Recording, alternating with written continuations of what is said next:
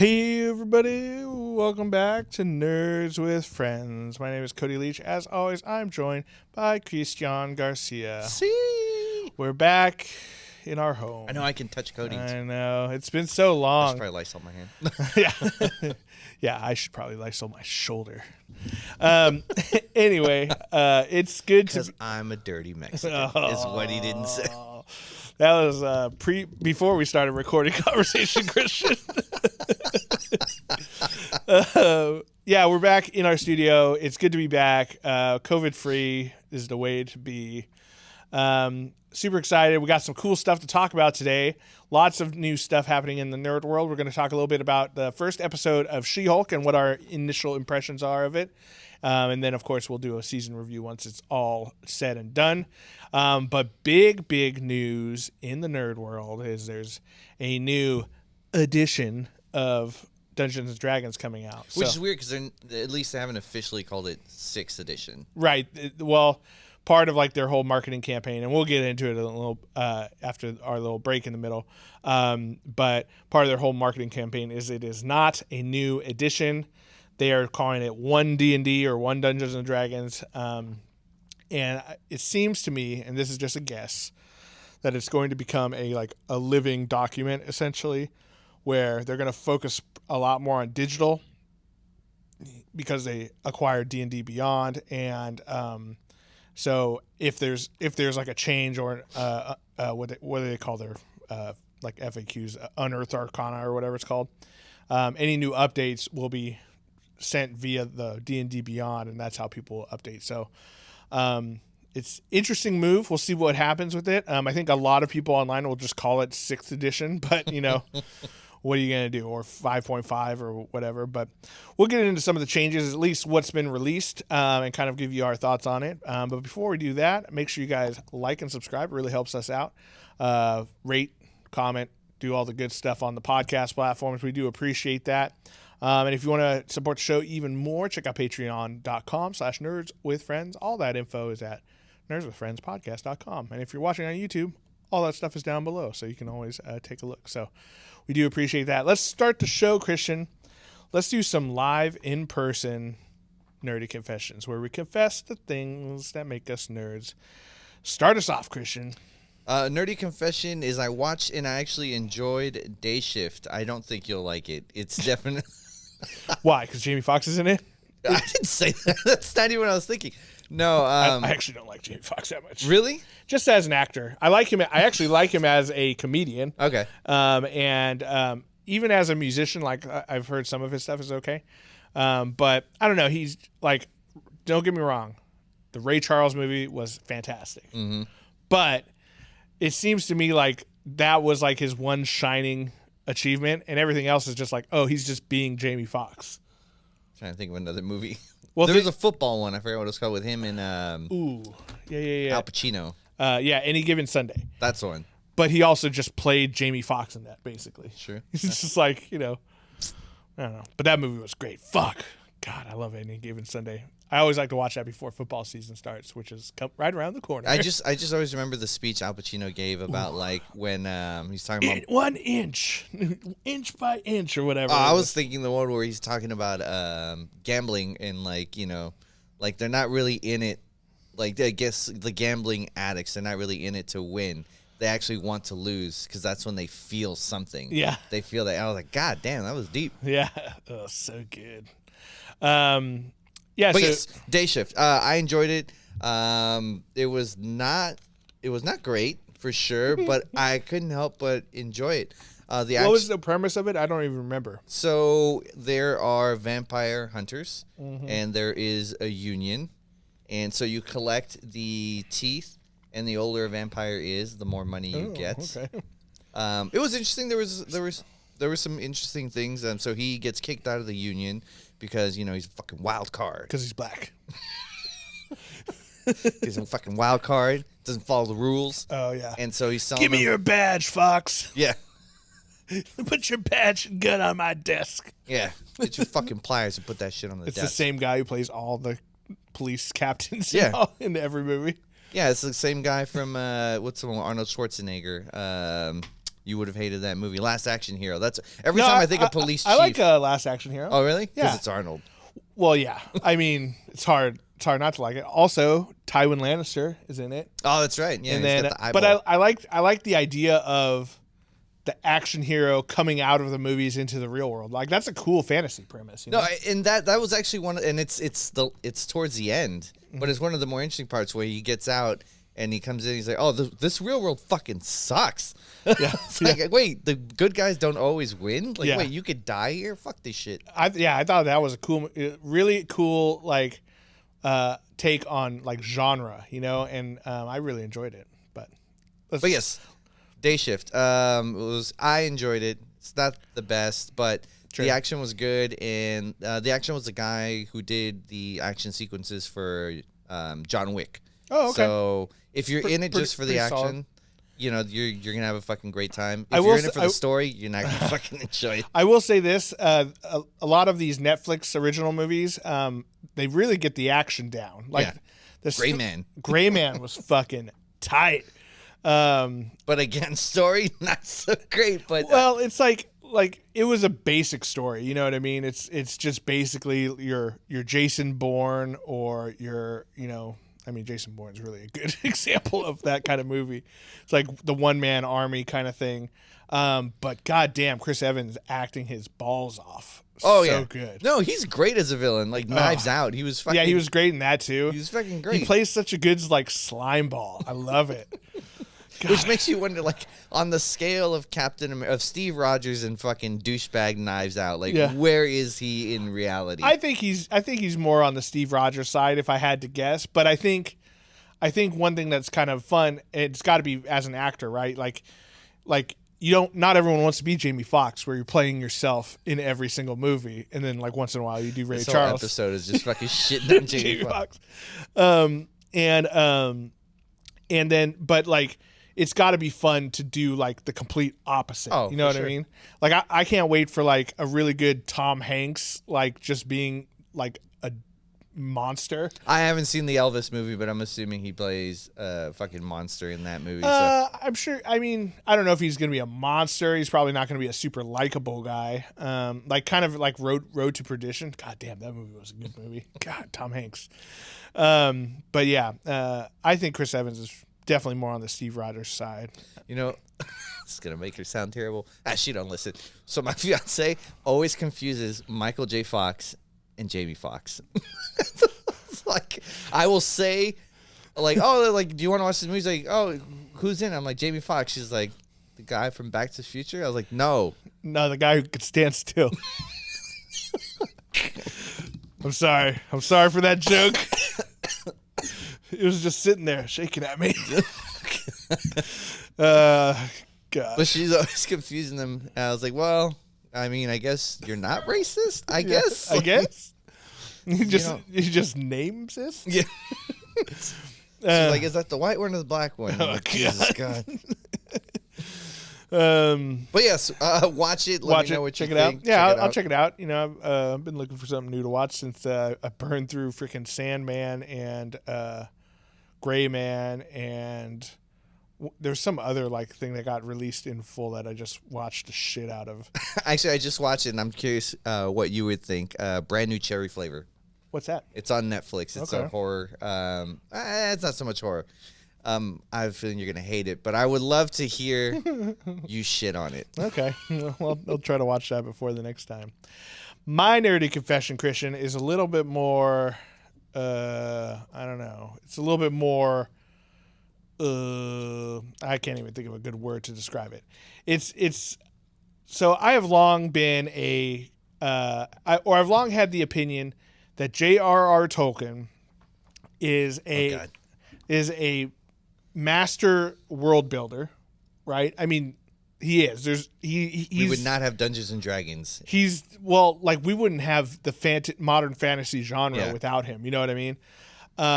And he not only creates these worlds, but he creates these histories, languages, pantheons of gods. I mean, he goes, and you know, as much as we around here talk about Brandon Sanderson and his, you know, and how much we love him.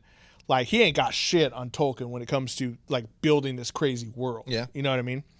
We'll give Sanderson some time, man. He's still young. Oh yeah. I mean, Sanderson will get there for sure. And I mean, the Cosmere in itself is a crazy, universe. So, but we wouldn't have Sanderson without Tolkien, I'm sure. But my one critique of Tolkien has always been that he's racist. well, I mean, you're born in like, what was it, 1902 or whatever? Or, no, not even. It was like 18 something, wasn't he? I don't know. He was in World War I. Yeah, he was in World War I, so which was like 1917, right? So he had to be in 18. He had to at least be 18, probably.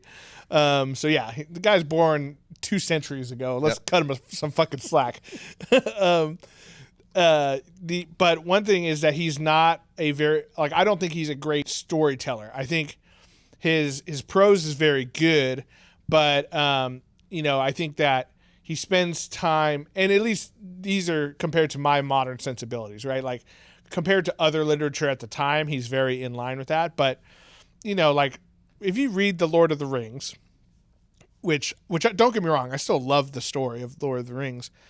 But there's times where he spends too much time focusing on one thing that doesn't really matter. Like songs? Like songs, poems, fucking riddles. And then he doesn't spend enough time on the things that you would think matter, like the Battle of Five Armies, right? Or, some of these other things. And so that's always been a criticism of mine. So I've always kind of put off reading more of his stuff. I've read The Hobbit and I've read The Lord of the Rings multiple times. If you're going to do the Simarillion, which is my nerdy confession, is that I started reading the Simarillion. I was going to say, do the audiobook. I've tried reading it, and it was hard. Listening to the audiobook, I'm like, oh, okay, this is... Well, here's the thing, Christian. So I'm reading it, and I'm like, I actually fucking love how he writes now. And it makes me think that maybe, like, I've matured as a reader. Mm-hmm. Because, like, I remember I'm reading some of the stuff and I recognize, I'm like, oh, this is why I hated him before. But, like, at least in the Simarillion, maybe because, and for those who don't know, the Simarillion is like a bunch of collected works of, like, essentially like world building exercises almost that he did for his Middle Earth universe. It talks about the creation of the world, the creation of the gods. He doesn't really call them gods, but like, the pantheon of gods. There's one that's kind of basically Zeus. There's one that's basically like Apollo, and Minerva and things like that. And so, and then it goes into like the creation of the elves, the undying lands and all this kind of stuff. Right. So, but what's interesting is that because he's talking these broad strokes, everything's really short. Yeah. So it's like, where maybe in reading a straight up novel, that really flowery language gets really old because you're like, come on, dude, like what is happening? Why are they singing about this acorn for 30 pages? It's going to turn into the tree of lights later. Yeah, exactly. Ooh, the left tree or the right tree, the gold tree or the silver tree. But yeah, it's very interesting. I'm enjoying it quite a bit. And it's kind of like reinvigorated my love for the Tolkien world. So I also rewatched all the extended versions of the movies while I had COVID because, like, what am I supposed to do? I got fucking 30 hours to burn. Yeah, exactly. And goddamn, those movies are great. They're still great. Here's the thing that I'll say about the Lord of the Rings movies is they are the single best adaptation from a book to a movie that I think has ever happened. And I think will ever happen, honestly. That being said, there was a lot that was taken out. Which is of course there was, yeah. Yeah. And I mean, and one thing that I didn't realize too, because now I've went on kind of like a Tolkien Lord of the Rings like rabbit hole on YouTube and stuff. One thing I didn't realize, because ever since they came out, I've always watched the extended versions. Yeah. I've never gone back and watched the theatrical. I don't even know if I own a copy of theatrical. I probably do, but one thing I never realized is that the death of Saruman was not in the movies. The death of Saruman, when he got stabbed and he fell on the mill? Yeah, that was not in the movie. Really? Right. Maybe because I've seen the extended cut so many times. Me too. And that's what's funny is, but I watched this thing. Apparently that caused a 10-year rift between Peter Jackson and Christopher Lee. Because Christopher Lee, first of all, new Tolkien because he's that old. Yeah. And dude, Christopher Lee's such a fucking G, dude. Oh, dude. He's like it's he was like a freaking war hero first, and then when he gets back, he's like, I guess let me try to be an actor. And then he was fucking Dracula. He was fucking Count Dooku. Yeah.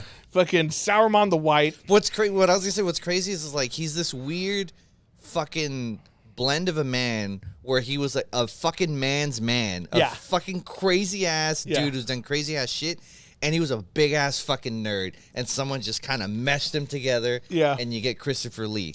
Yeah, dude, he was like 80 when he did a fucking metal album. Oh, he did a metal album? He did a fucking metal album. Sick.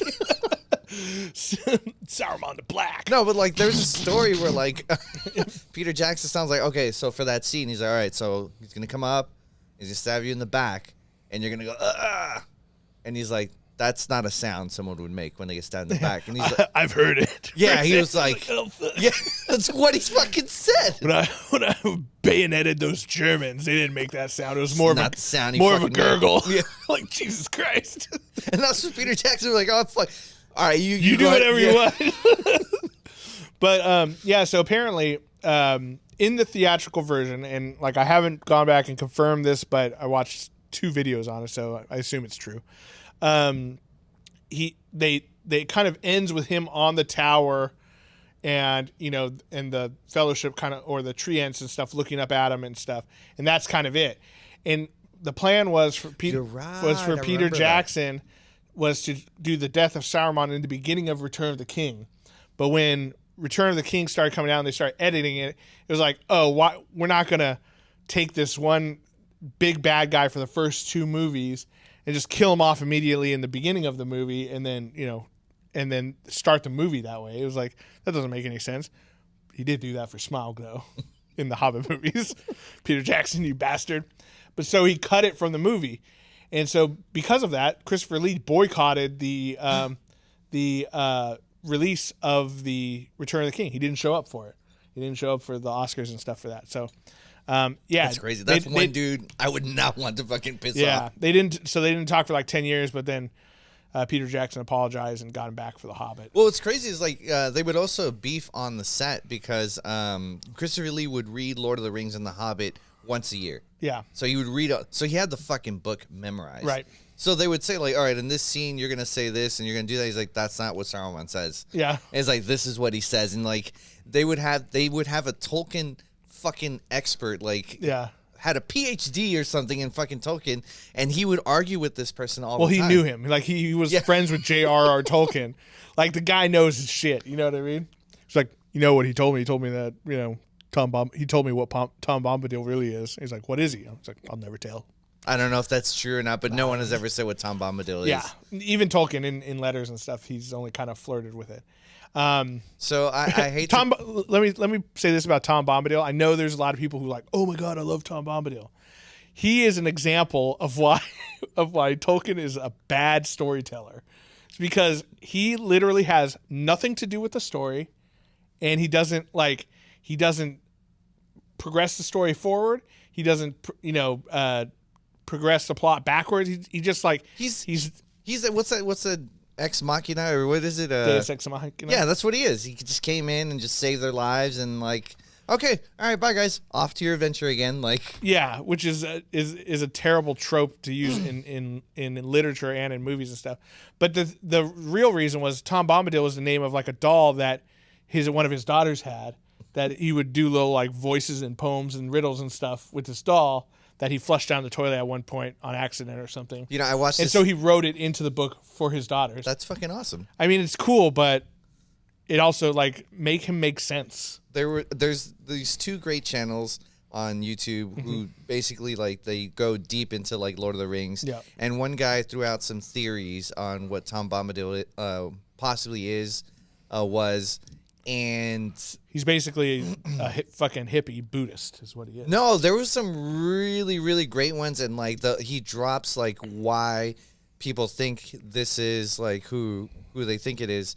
And I don't want to tell because I don't want to ruin it, but if I find it, I'll send it to you. But there was some great stuff on there. I was like, oh, okay. Yeah, and particularly once you finish the Silmarillion, then I'll send you that video. Okay. Yeah, my take on Tom Bombadil was always that you have these two forces at battle in Lord of the Rings. You have good, you have evil. You have one striving for light and, conservation and, life and living. The other for death, shadow, darkness, and destruction. Yeah. Tom Bombadil is the conscientious objector to all of it. He's just about living in the moment, loving his life, and just like experiencing and taking everything in as it comes, which is like kind of a Buddhist philosophy. Yeah. You know what I mean? I mean, he was definitely for the most part neutral. He's super high all the time, basically. So, and that's why the Ring of Power never affected him. It's because he's not a force one way or the other on the spectrum of good and evil. He is just chaos. I just love when they've decided, like, well, why don't we just give it to him? Yeah. He's not influenced by it. Gandalf's like, he'll lose that shit. Yeah, he's like, he cares so little about it, he'll fucking lose it and someone else will find it for sure. Yeah. It's like, it definitely won't corrupt him, but he's going to do something stupid. Which, if you think about it, like, why would they put that in the movie? Like, again, he doesn't do anything. It's so easy to cut him out. That's why they didn't put him in the movie, for all those people who are upset. But because you brought up the Simarillion and your love for Tolkien, but I don't want to ruin it, but it mostly wasn't Tolkien.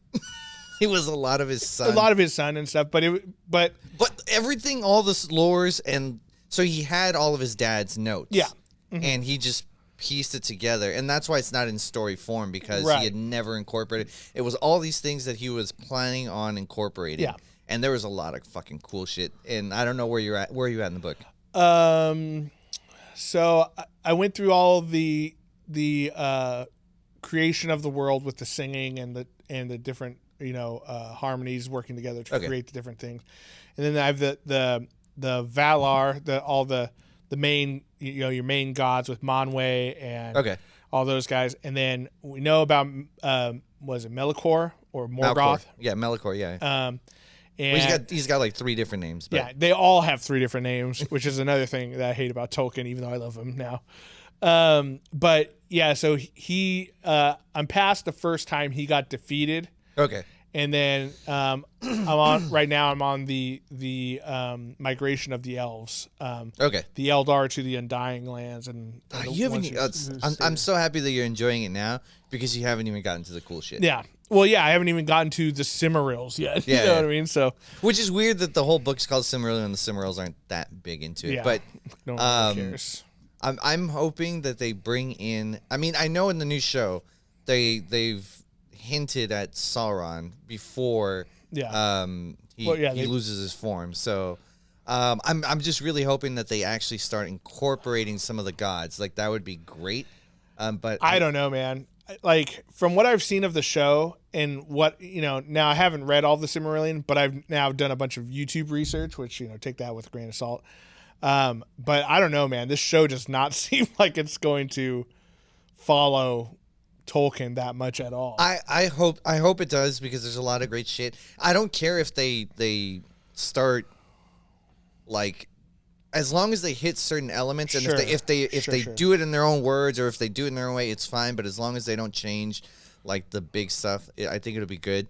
I hope so. I hope one day in my lifetime someone does, like, starts pulling more from the Silmarillion, because there's a lot of fucking great stuff that I don't want to say anything yet, because you haven't finished it. Yeah. But there's a lot of great warriors. There's a lot of, like, dude, this guy sounds like a fucking beast. Like, I want to see what they can do. So. I hope so. I hope the Amazon show is good. I know there's a lot of, like, there's a lot of, like, frankly, misogynist and racist shit going on around it right now, which is, I mean, dude, it's so frustrating to watch people just like, oh, what?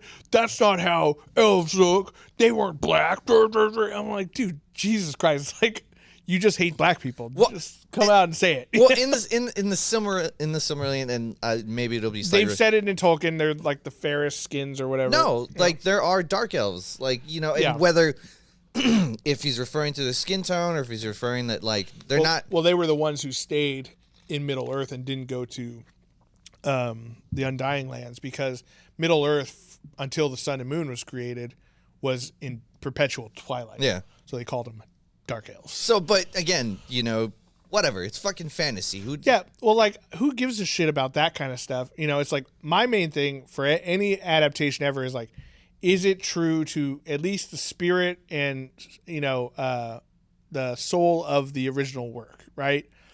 And if my only concern is the fact that they're making Galadriel into like this warrior princess lady, which, like, you'll get to it in the Simarillion. So I've done a bunch of deep dives on different characters and stuff, and I know like almost the entire story of Galadriel, and she does do some really cool things, but none of those things included like wearing battle armor and swinging swords around. It was more about her being this powerful entity, one of the most powerful elves, which we don't really get in the Lord of the Rings books or in the movie. But yeah, in the Simarillion, she's one of the strongest. Yeah, which is really cool. But like, to me, like the strength I want to see from her is I want her shooting like fucking laser beams of light. Not laser beams, but yeah. Well, you know what I mean. Fucking like magic spells and stuff. I don't want her like, you know, swinging swords and doing somersaults and shit like that, because that to me doesn't seem like this like essentially demigod power elf. You know what I mean? But we'll see. There's some doper elves too, man. You're gonna get to. There's some really fucking cool elves. Oh, I'm sure there's some cool ones. Yeah, for sure. Cool. Well, that's my rant on Tolkien. Hope you guys enjoyed that. I'm excited to watch the show. We will be talking about that once it comes out. We got a couple minutes before our little break that we take. Let's talk about She-Hulk. First episode just dropped today for us recording this. So by the time this comes out, 2 episodes will be out. What are your first impressions, Christian? I loved it. I think the trailer did such a bad job, in particular with the CG, and just like, maybe it was by design. The trailer looked really bad. I was actually very concerned for the show. I was like, oh my God, I always thought it looked fine. You know, one thing is like, you got to take into account that every trailer we watch on YouTube goes through YouTube's compression algorithm. Yeah. Which makes things look shittier. The CG was really bad for her, but on the show it was great. It was fine. So, it was like on par with, you know, what you would see in the Avengers and stuff like that. Yeah. No, it was great. I really like it. I love what they're doing. I wanted to watch more. I was bummed out when it was over. I am very excited and happy that Disney decided to do 9 episodes, which is awesome. But I'm a little fucking pissed off that this was the one that they did 9 episodes. Not only that they just didn't do it with other shows. Right.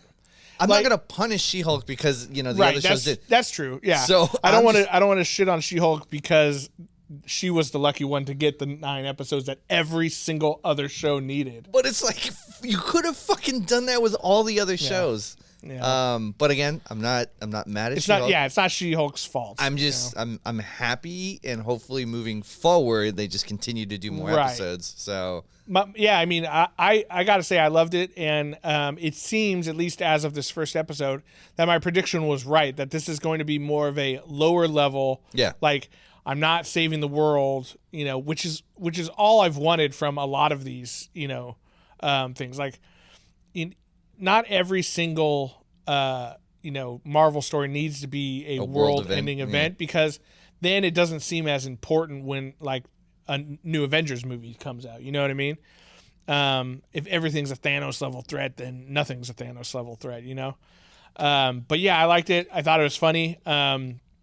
I really liked the without spoiling the scene where she's in the bathroom at the bar and all the other girls come in. I thought that was hilarious. Are we going? We're going to go into spoilers, right? I mean, it's the first episode, but yeah, if you haven't seen the first episode, we'll talk a little spoilers. But I mean, so little has happened in the show. So I'm happy you brought that up, because I knew there was going to be people shitting on it just because, like, fans, there's a lot of Marvel fans who just hate women, I guess. So I was like, okay, I want to see what stupid shit people are saying, because the first episode was really good. And that was one of the things people were saying, like, oh my God, like, she's such a fucking idiot. Like, she came out of the accident and she didn't even look for her cousin. Like, she didn't care at all. It's like, first of all, her cousin's the Hulk. Exactly. Like, he's going to be fucking fine. Yeah. Like, he's one of the few people that you're pretty sure he's not going to fucking die. Right. Second, she didn't, like, she came out, she It's hulked out. It's called shock. Yeah, exactly. Like, She could have been. I was thinking. I put myself in that position. Like, dude, if I was in a car and then all of a sudden I'm fucking miles away. It's night. I'm on the floor. Like, wait. Did I fucking, like, what the fuck just happened to me? Like, what's going on? Is this a dream? Like, I don't know what the fuck is going on. Right. But, like, to start nitpicking over goofy shit like that, it just seems so fucking dumb. But to me, it's like, that's how good the show is. Like, if that's what you have to pick about. Sure. Like, that's exactly. very fucking Then it shows stupid. you that there's not really a problem to begin with. One thing that one of the complaints I heard was like, I forget which right-wing misogynist YouTube channel it was. My algorithm's crazy because I like to look at both sides of everything. So do I. And so YouTube's just like, what is he like? My thing is, I like to see what the dumb shit people are saying. Yeah. I like to be informed. So one of those dumb shit ones is like, oh, of course, because she's a woman, she turns into a Hulk and she's instantly better at it than Bruce Banner. But here's the thing. The reason she's not mindless. Yeah. She kept her personality. She's still fucking smart. She could piece. She's not a fucking 5-year-old like the Hulk was when he was piecing it together. Right, exactly. Well, that's, that I think that's one of the things they're pointing at is like she instantly had control of herself and all this stuff. But what I think is if you look at kind of who She-Hulk is as a character, and don't get me wrong, I'm not a She-Hulk avid reader or anything. I've seen her in like crossover into stuff that I've read, but I'm not a huge fan or anything. But from what I understand of the character, I mean, she's kind of created as like a jokey type of character, right? She's supposed to be the slice of life character where she's trying to live her normal life, but she also is the She-Hulk, right? And so by glossing over the whole like the sadness and the tragedy of Bruce Banner, right? It levitates everything. It just makes it like, oh, so this isn't super serious. It fits with the tone of the show and of the character. So, like, don't get too upset. The Hulk is still going to be there on, when they're fighting Kang and they need the strongest person in the Marvel universe, right? But, by skipping over and making it kind of jokey, it sets the tone for the show. That this isn't going to be like end of the world. Oh my God, I've got to destroy my life and give up everything I love to become, the superhero. It's not that serious of a show, and that's okay. It's fun and different, know. So I don't know. I like it so far. I'm really excited. I'm excited to see Matt Murdock show up because we know he's coming in his fucking yellow suit. We know the Abomination's coming. Abomination's coming. I don't know who the chick from The Good Place is playing. She's a villain. Yeah, right. Titania. Okay, some C-list super villain. She flip-flops between sometimes she's good, sometimes she's bad. Sure. But yeah, I like it so far. I'm excited. If you're a misogynist, you will hate it. So I don't know what to tell you on that one. Just I love that they're try to grow up a little bit. She breaks the fourth wall. She'll talk to the show, yes. which is from the comics. And then I was like, does she do that? And yeah, it turns out she was doing that before Deadpool. So she was doing that first. So that was awesome. I was also reading how.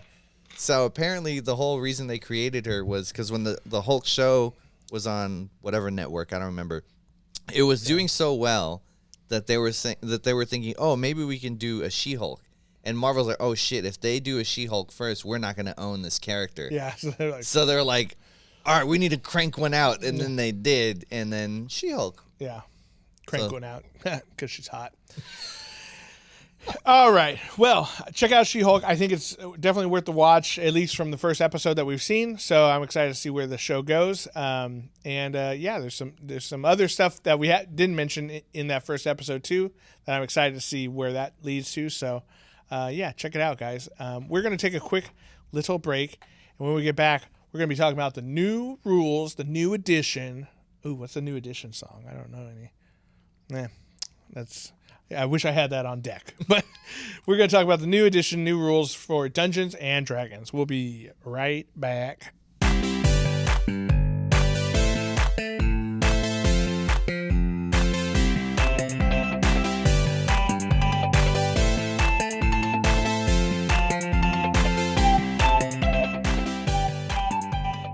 And we're back. All right, Christian. So since we started playing Dungeons and Dragons, we've basically been playing 5th edition. Si, senor. Dragons, right? Which is the newest edition. It's been out since like 2014, I want to say. Yeah, well, they said 10 years is going to be when the new one comes out, and the new one's 2024. Yeah. But there's going to be beta testing, which I want to see if we can get us in there. Maybe throw in some comments. Maybe you affect the game. I don't know. Well, I mean, that's how I have this freaking all this Unearthed Arcana thing is because I signed up for it. Oh, nice. So the beta testing is like you sign up through D&D Beyond, and you're able to access all of the stuff as it comes out, and there's surveys at the end too. God, I wouldn't want to be the guy who has to go through the comments of like what they should add or not. You know, there's gonna be a bunch of bullshit. All the fucking like, this is bullshit. This is not how this works. So, for the uninitiated, Dungeons and Dragons, you know, I'm sure everyone knows at this point is a role playing game. They played on tabletop or often played online nowadays, via things like Roll20 or Forge World. What's that? Not Forge World. Hero Forge is the. What's the one that we used for our? We'll find out when we have Sensei Suplex. Doesn't matter. Anyway, so that was a great engine for the few times it worked. Right, but it was cool.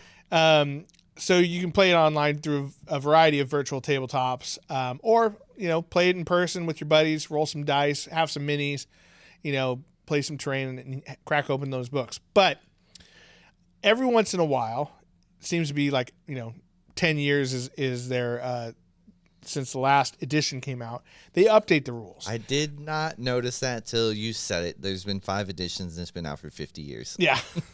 So it seems like every 10 years they come out with a new version. So the version we play today is not the same version that they would have been playing in Stranger Things or, Gary Gygax when he first invented it. So they would have been 3rd edition they were playing, right? 80s, came out in the 50s. Yeah. I think, they're probably playing...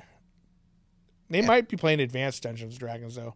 I don't think they were on that 10-year plan. Yeah, maybe you're right. From the beginning. Advanced Dungeons and Dragons, which is actually, I think, the 2nd edition, was like the core Dungeons and Dragons that kind of like got everything started. The Satanic Panic. Yeah, I'm pretty sure that was Advanced Dungeons and Dragons, which is 2nd edition. 3.5 was a very popular one, too. 4, not so much. And 5 is the most popular, hands down, because it has straight up gotten more people into Dungeons and Dragons than ever before. But every once in a while, the rules need a little refreshing. And so that's what they've kind of announced. On Dungeons and Dragons website, they announced this new thing called, I should remember what it's called. I think it's called Now D&D. D&D 1. D&D 1, sorry. Whatever. I know it was something stupid. Or 1 D&D. 1 D&D. And so kind of they have this video kind of explaining their thought process behind it. And the idea is that rather than doing new editions every, 10 years, 5 years, whatever, they're going to kind of create Dungeons and Dragons, and it's just going to be 1 D&D.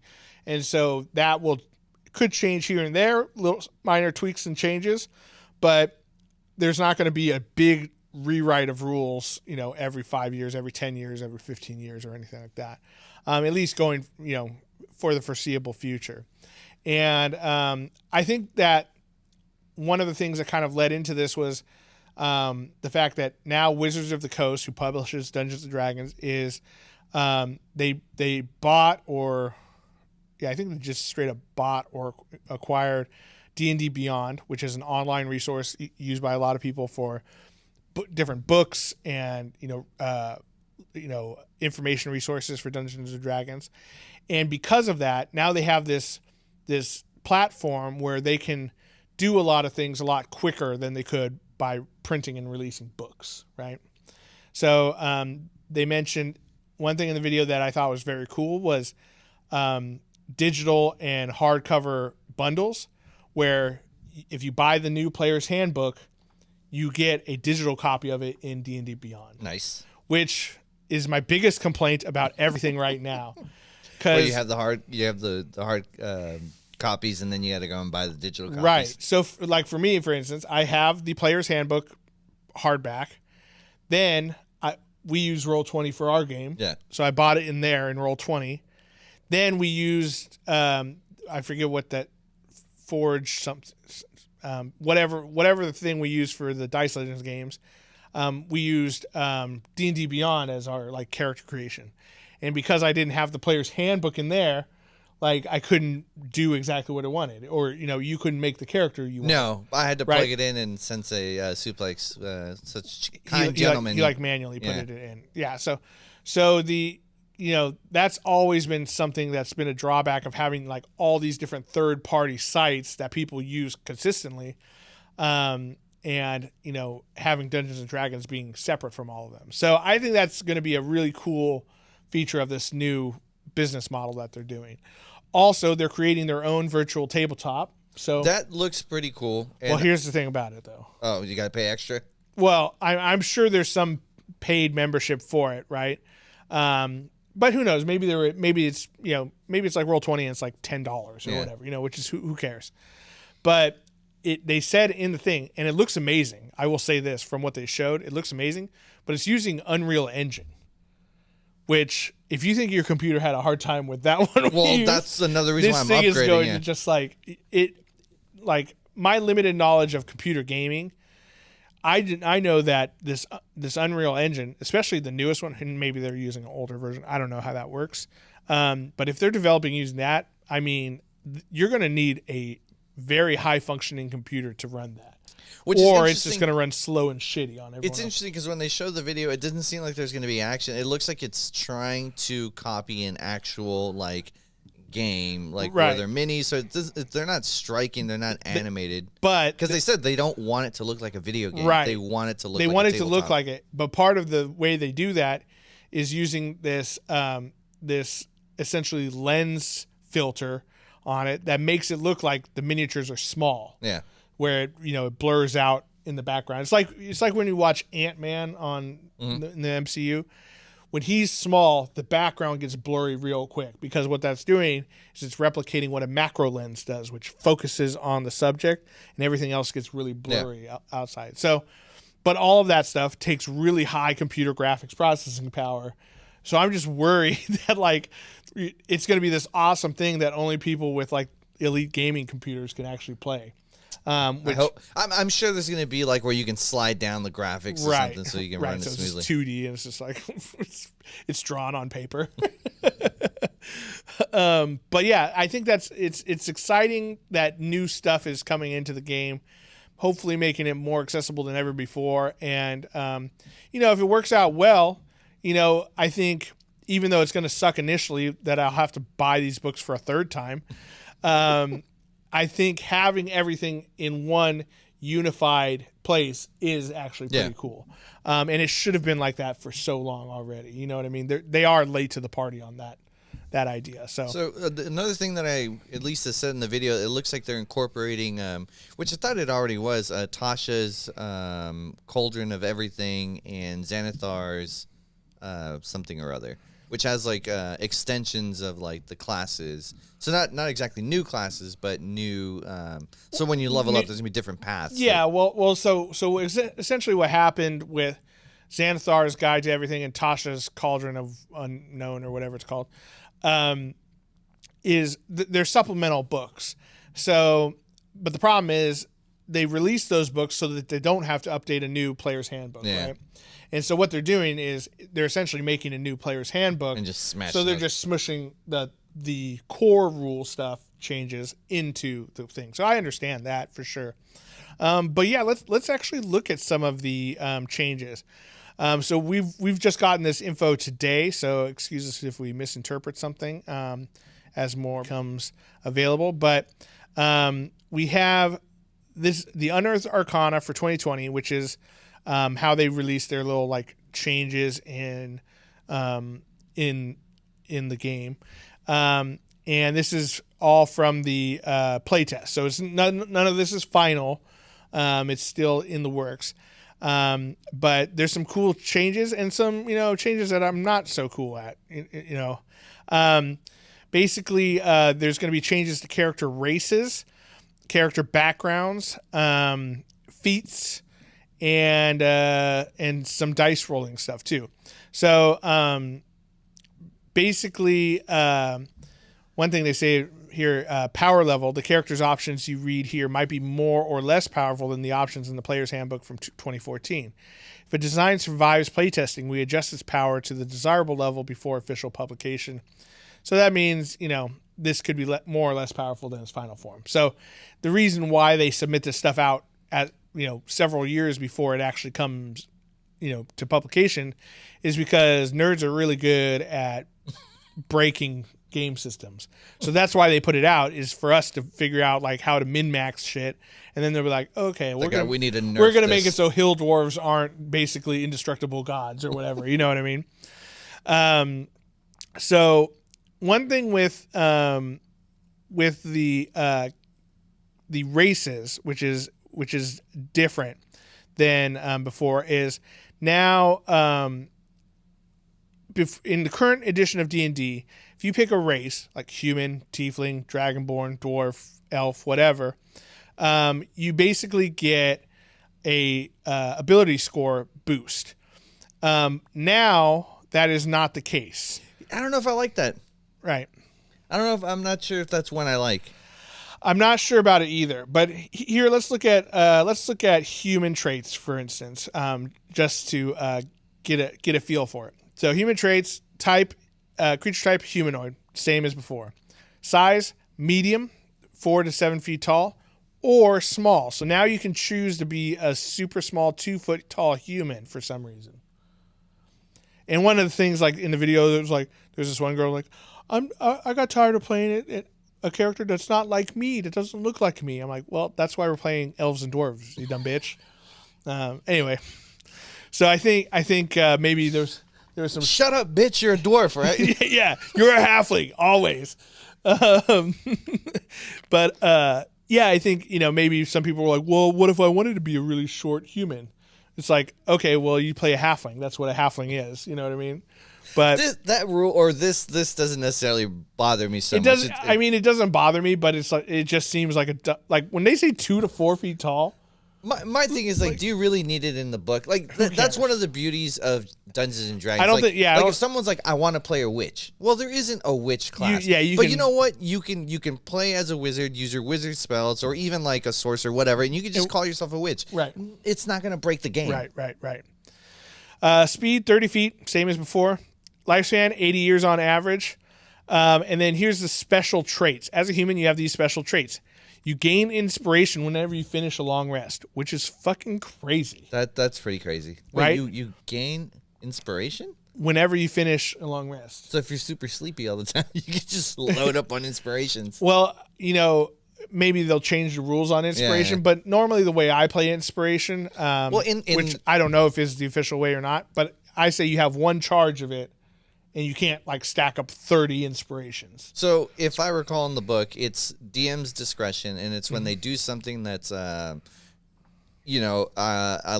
with their alignment, or something that they were a good player, it's something that DM likes, and you want to, encourage or congratulate, hey, thanks for playing, greatly. To me, it's always been like, okay, I come up with a really interesting way of solving a problem. Like, instead of just like shooting my longbow at the dragon for the 30th time, right?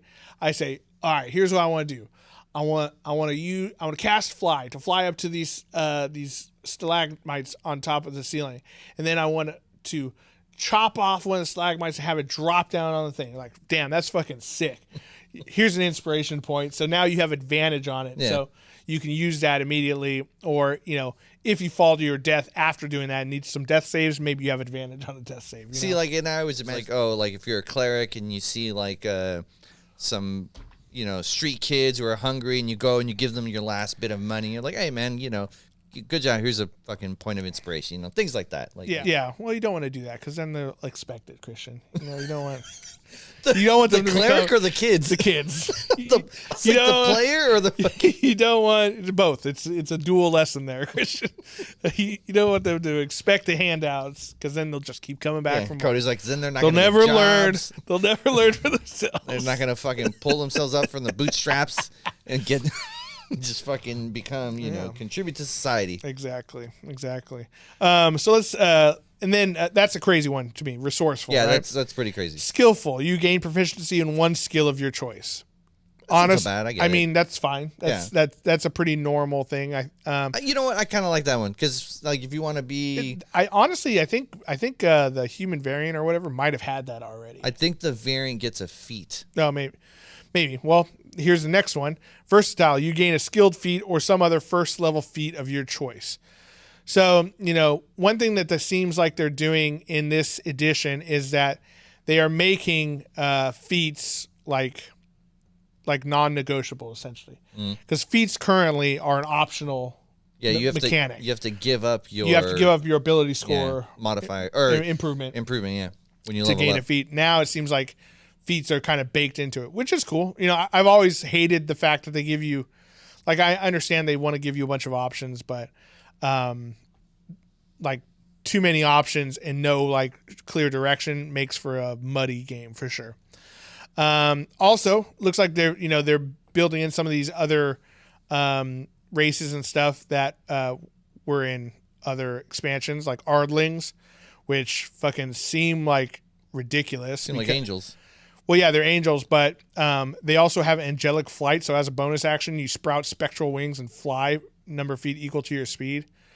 But if you I didn't read this before. If you are in the air at the end of this movement, you fall if nothing is holding you aloft. So okay. So it's kind of like a. So you're gonna go up 15 feet and then you're gonna go down. It's kind of like a boosted jump or something, you know. So that's okay. I was like, dude, if you just get fly for no reason as a bonus action, that's really overpowered. And just from playing that game with dice, let's just fuck fly. Yeah, fuck fly. That was rough. If you guys haven't watched our Dice Legends game, check it out. It is it's up on their twitch.tv/Dice Legends. It was so much fun. I hope they do more things and hopefully we get invited. Yeah, it was really fun.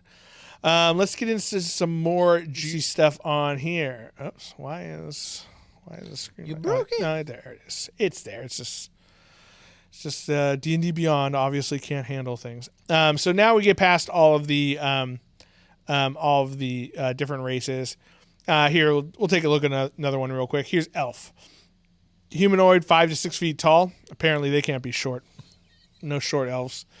Here you get dark vision with a range of 60 feet. Elven lineage. You are part of an elven lineage that grants you supernatural abilities. Choose a lineage from the elf lineages table. Drow, the lineage of the Underdark. High elf, lineage of the Fae, and other magical locations. Or Wood elf, the lineage of Primeval Forest. All seems pretty standard still. Right. You gain the first level benefit of that lineage. Starting at 3rd level, at 5th level, you gain the ability to cast a spell with this trait.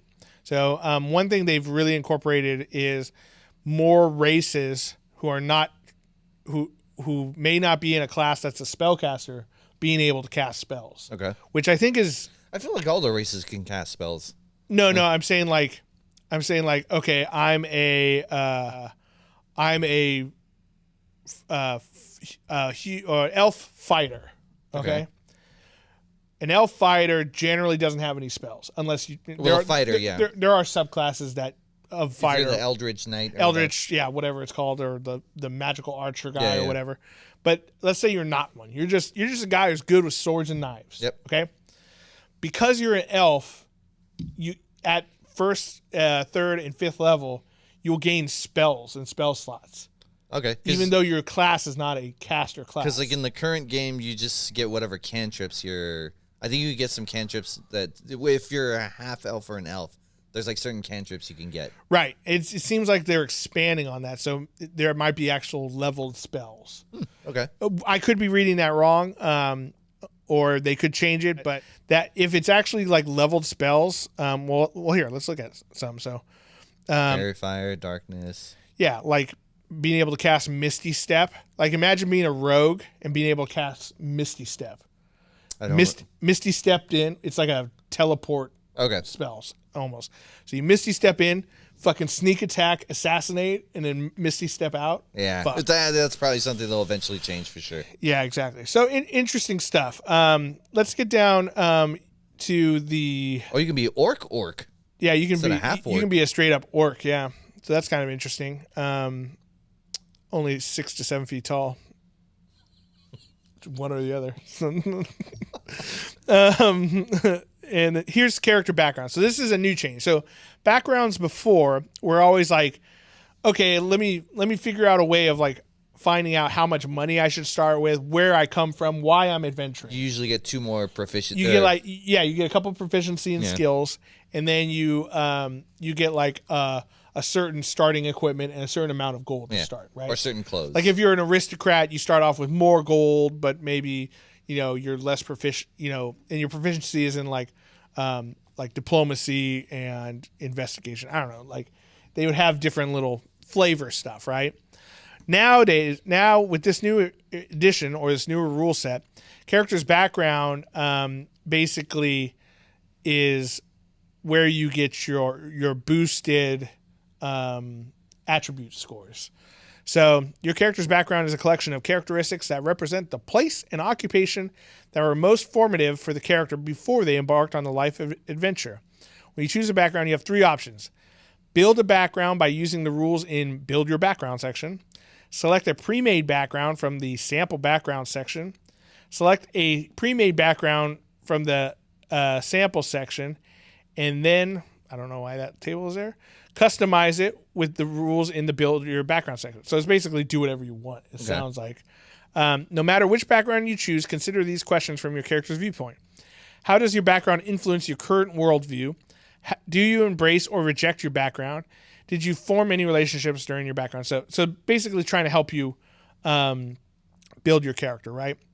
So essentially... Well, this Acolyte, it's the same. Right. It looks at that as a change. Here's the background features, though. Ability scores. When you determine your characters... This is on the Build Your Background section. When you determine your character's ability scores, choose 2 of them and increase one by 2 and the other by 1. Alternatively, choose 3 ability scores and increase them by 1. So that's standard feel. Yeah, that's like your that I think they introduced in Tasha's, I believe. Okay, and so now I'm seeing a difference. Skill proficiencies, you just pick 2 of whatever you want. Yeah, choose 2 skills. Your character gains proficiency in them. Any 2. Choose 1 tool. Your character gains tool proficiency with it. Choose 1 language from the standard languages and rare language tables, and your character knows that language. So basically, you can kind of build whatever you want. Choose 1 first level feat. Your character gains that feat. Your character gains 50 gold to spend on starting equipment. The character keeps any unspent gold pieces as spare coin.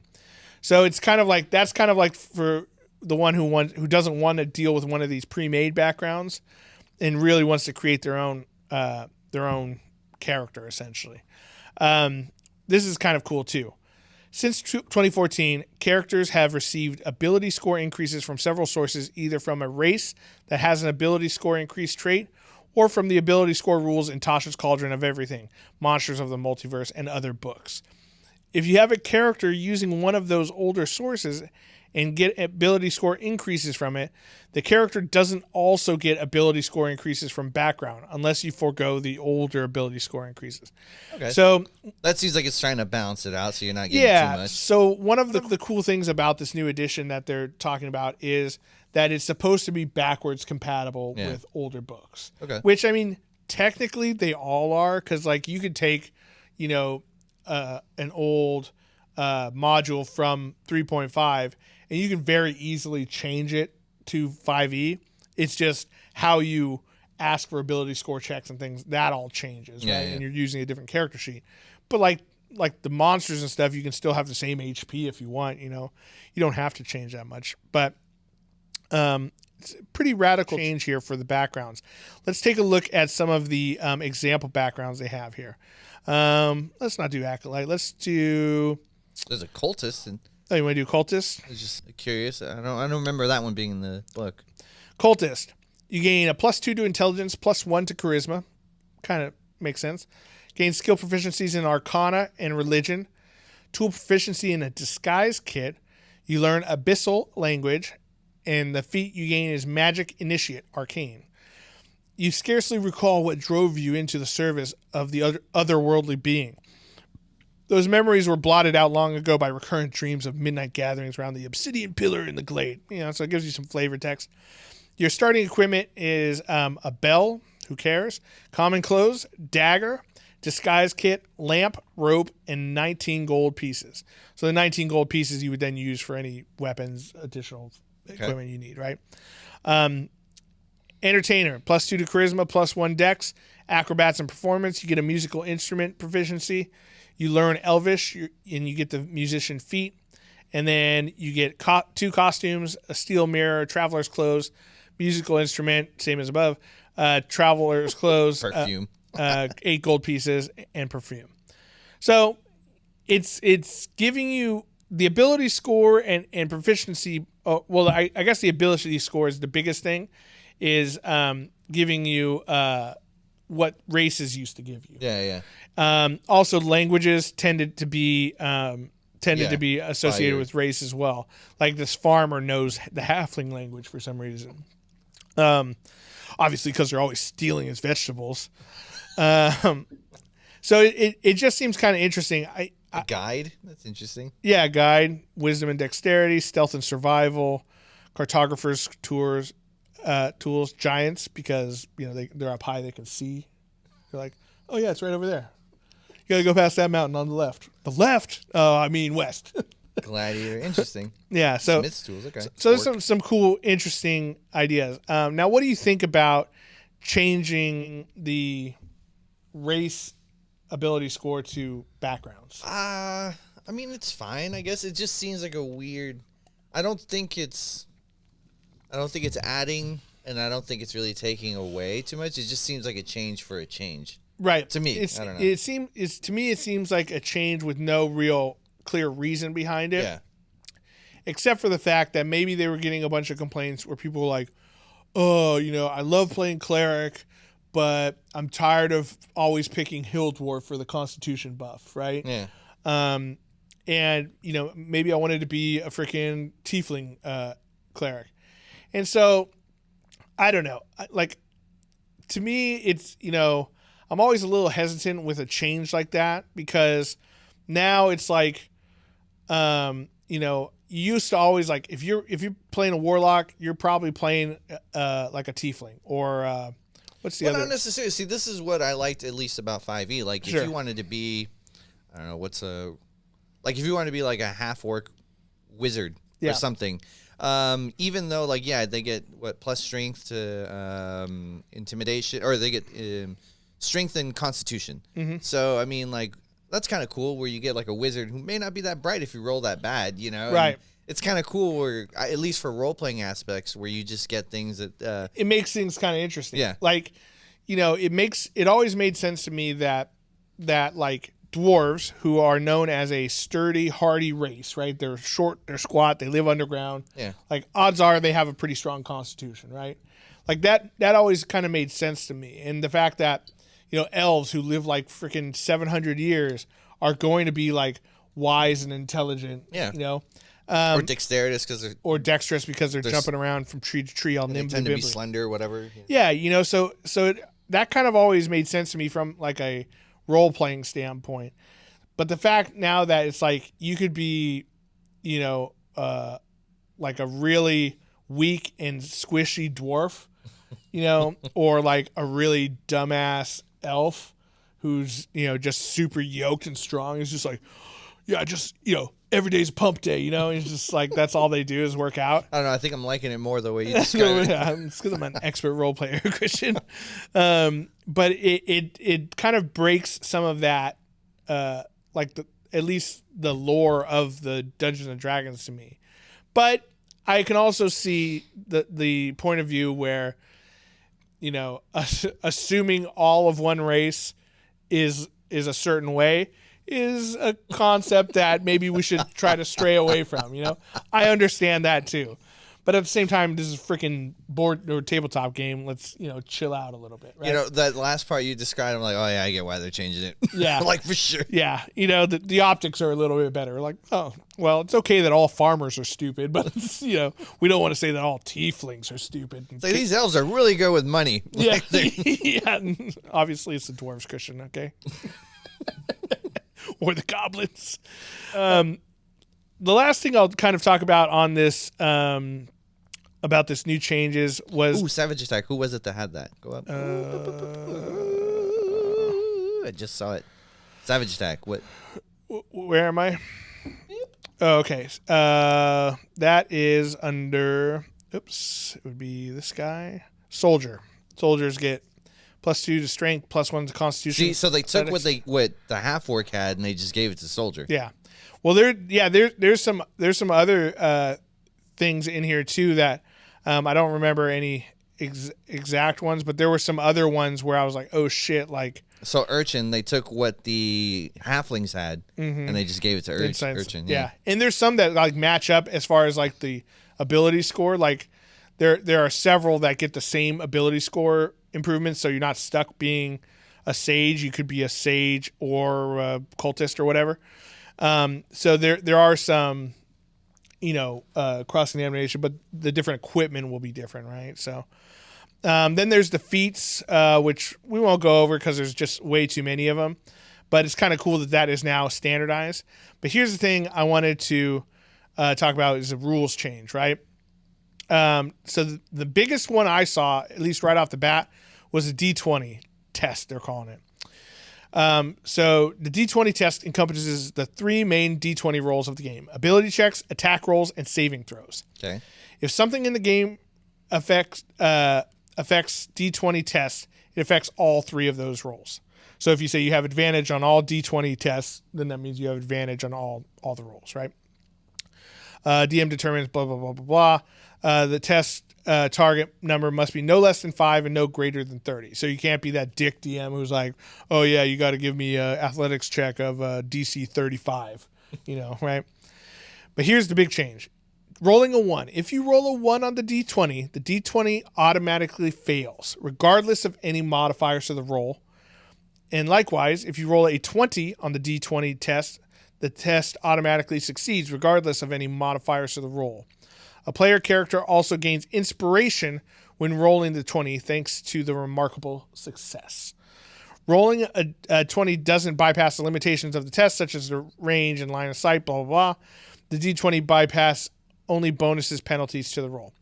So, and then the critical hits are the same, where you roll an extra die. So, if you have disadvantage, but you roll a D20 on the first one, then you just succeed. You don't have to rerolls, because I don't think it's clear on there. It's not clear on there. I would say if you roll a D20, yeah.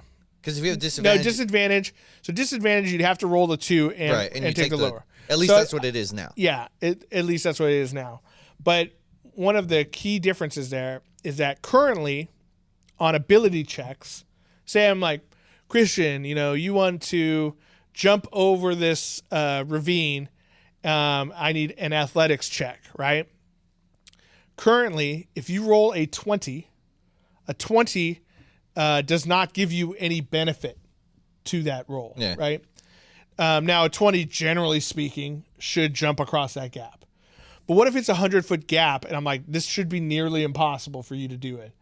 And you roll a 20, and you have a -2 to your athletics ability score, which means you just rolled an 18. 18, yeah. A nearly impossible feat should be a 30, right? But because you rolled a 20, you now jumped 100 feet.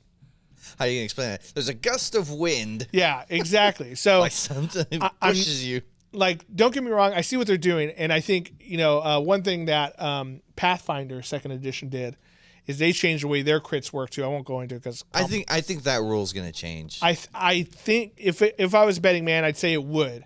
But I know why they're doing it is because they want more crits, and they want that excitement. Because But like, not only do you roll the 20, do you automatically succeed, but you get an inspiration. So now you have advantage. So you have more chances of getting a 20 again. Yeah, well, let's say you're a level 1 fucking fighter, and you come up to like ancient blue dragon. Yeah, and you're gonna swing at it. Yeah, I'm gonna swing at it, and maybe the dragon has an AC of 30.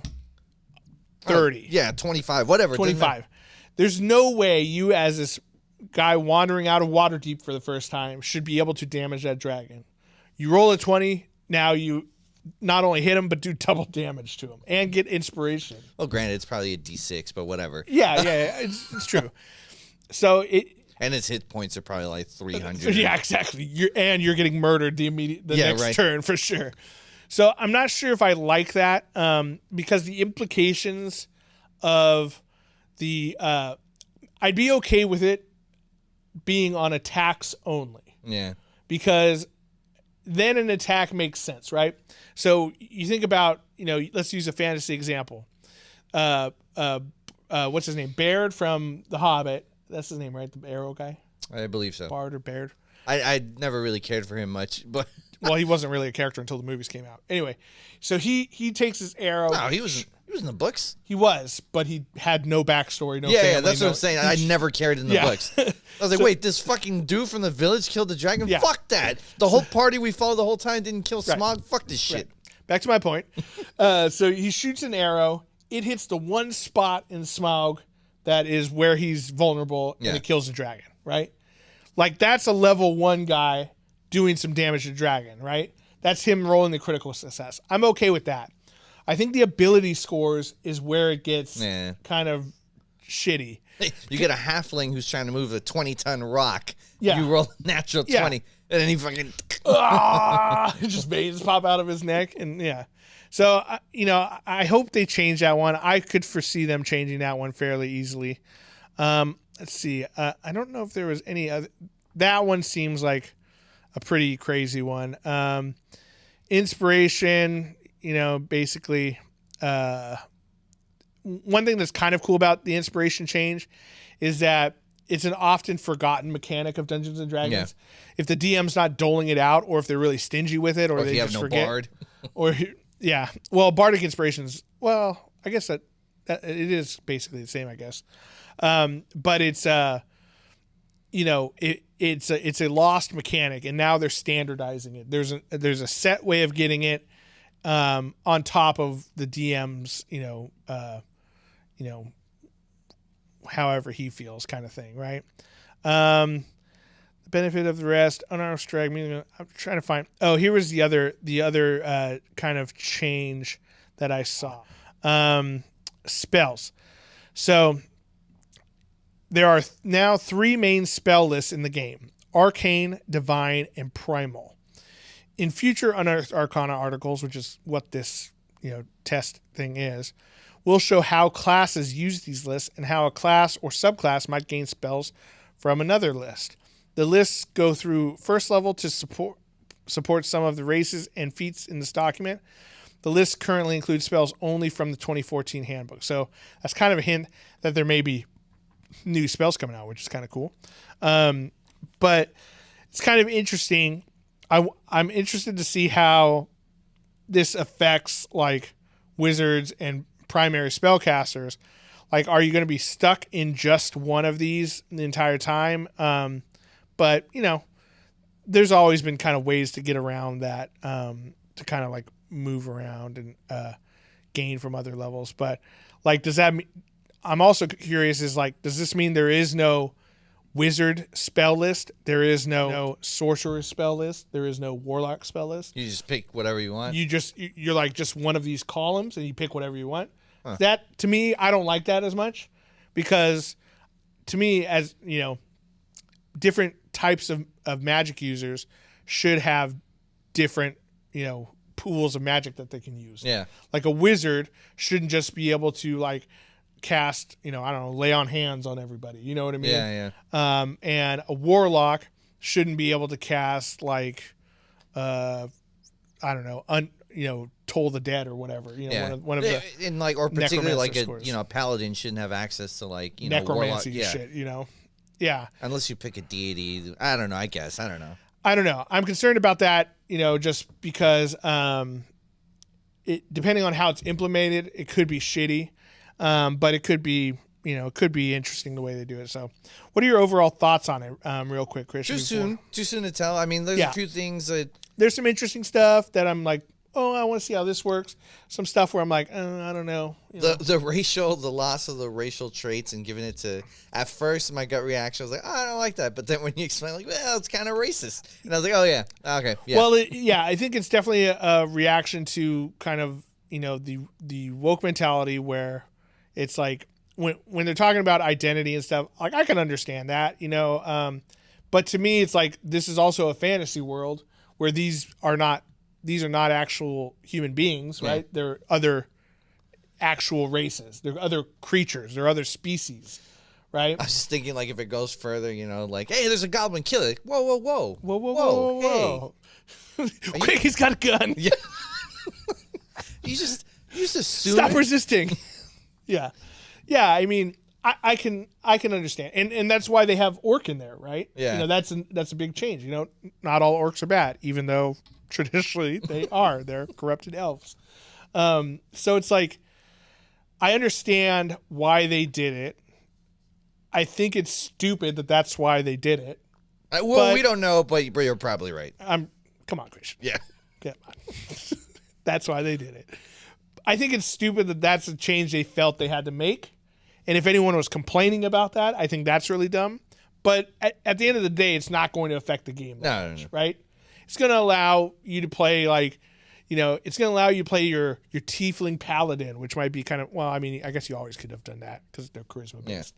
Yeah. But your high elf barbarian. Yeah. You know what I mean? Which I mean you could still do. You're just not getting certain buffs, there was nothing preventing you before, but I feel like a lot of us fell into like, oh well, if I'm playing a charisma based class, I need a charisma based race. So now it'll allow the mixing of races, if you will.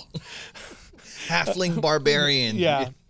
Yeah, so barbarian. It'll allow for some interesting stuff, but it's also with how easy it is to change your background and build your background. It's like, why have backgrounds at all? Yeah. Why have races at all? I think they're getting away from a little too much of rule structure. I like a little bit of rules, but again, the rule of cool is kind of the ultimate rule out there. So I don't know. We'll see how it goes. I'm excited to try it out and see what changes they make in the future.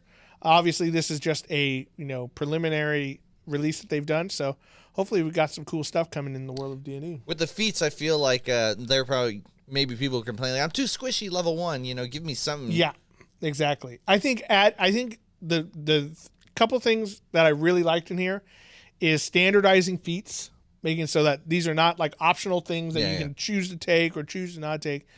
No, you get a feat. I like that. And then I also like the I can't think of what the other thing was. There was the standardization of inspiration. Yeah. Like you get inspiration on a crit. You get inspiration when you do this. I think that's a really cool thing. Taking some of these lesser used aspects of the game and formalizing them, I think that's a good idea. But the rest, it remains to be seen. But, excited to try it out. Excited to play some D&D, and I think everyone out there should too. Make sure you like and subscribe. Leave us a comment down in the bottom on whether it's iTunes, YouTube, whatever. Let us know what you think of these rule changes for Dungeons & Dragons. Are they for the better? You excited? What class and race are you going to choose in this new structure? Because it's not going to matter anymore. Because it doesn't matter. There's going to be a lot of freaking farmers out there. Yeah, for sure. Let us know down in the comments. We do appreciate that. Check out nerdswithfriendspodcast.com to get all of our info, including our Patreon, which is also found at patreon.com/nerdswithfriends. Christian, I'm glad to be back. I was glad to be in the studio with you. I know. Fun times. Missed your face. I missed your smell. To all the nerds out there, remember, you're not alone. You're with friends. This is Nerds with Friends. Thank you, and good night.